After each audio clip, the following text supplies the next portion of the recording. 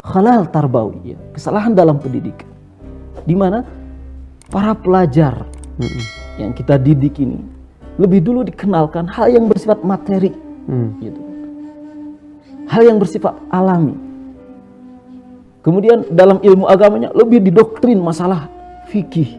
Ya, padahal manhaj Nabi ketika mengajarkan, mendidik sahabatnya tidak seperti itu. Ya.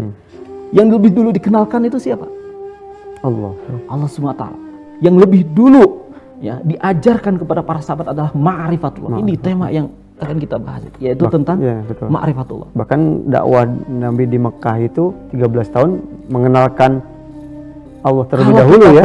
Akidah terlebih dahulu. Al-Quran, Al-Makki, surat-surat Makkiyah. Kalau kita periksa, semuanya membahas tentang zatullah, kewujudan Allah, sifat-sifat Allah, bagaimana hubungan Allah dengan makhluknya, bagaimana pertolongan Allah yang telah disampaikan kepada orang yang tertindas, orang yang terzalimi, orang yang dalam kesempitan, bagaimana azab Allah, ya, diancamkan kepada orang yang menentangnya, kafir terhadap syariat.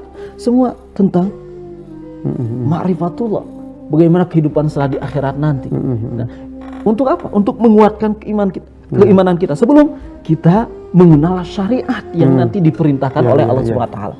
Ada suatu kalam atau kalimat yang menarik dari Syekh Ratib Nablusi. Beliau mengatakan seperti itu. Iza araftal amir wa araftal amra tafannaita fi ibadatillah, fi ta'atillah. Kalau Anda mengenal siapa yang memerintahkan, yaitu Allah SWT, dan mengenal apa yang diperintahkan, yaitu syariat. Mengenal Allah, mengenal syariat. Tahu Allah, tahu syariat. Anda akan melebur dalam ketaatan kepada Allah SWT. Ibadah khusyuk, dipanggil ibadah segera dalam melaksanakan ibadah tersebut. Ya. Lakin, ya, ta'rif al-amr, walam ta'rif al-amir,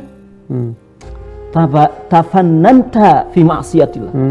Tapi kalau Anda hanya mengetahui apa yang diperintahkan, yaitu syariat, ajaran-ajaran Islam, tapi tidak mengetahui, tidak mengenal siapa yang memerintahkan, maka akan mengarah kepada maksiat, malah tafanun, ya, ada seni dalam bermaksiat. Nah, ini hal yang harus dirubah dalam pola pendidikan kita, dimana kita mengenalkan kepada anak-anak kita, kepada murid-murid kita tentang ma'rifatullah, siapa Allah sebagai Khalik yang memerintahkan kepada kita ketaatan, ibadah, ya, amalan-amalan kebaikan, yang melarang kepada kita maksiat, berbuat zalim, ya, menipu dan sebagainya.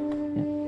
Sekarang kalau dicekoki dengan masalah fikih, kamu sholat harus seperti ini, sholat waktu. Sementara yang memerintahkannya tidak dikenali. Betul. Ketika azan berkumandang, kita datang ke masjid, kita berdiri, kita akan takbiratul ihram.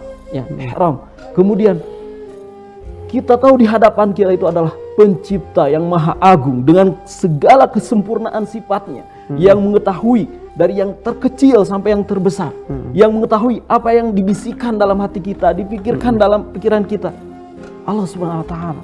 Kalau kita yakin itu, paham itu, kita akan sigap, khusyuk dalam sholat, ya. Betul. Tapi kalau sholat hanya sebatas hadir masjid, menggugurkan kewajiban, tidak paham dan kenal Allah SWT, tidak yakin dengan Allah SWT, kecuali hanya sebatas mendengarkan, kecuali hanya sebatas iman yang diturunkan, keislaman yang diwariskan, ya, tidak akan memberikan pengaruh apa-apa terhadap kehidupan kita, ya, seperti itu. Nah, makanya di sini betapa pentingnya ma'rifatullah, bagaimana kita mengenal Allah Subhanahu wa taala.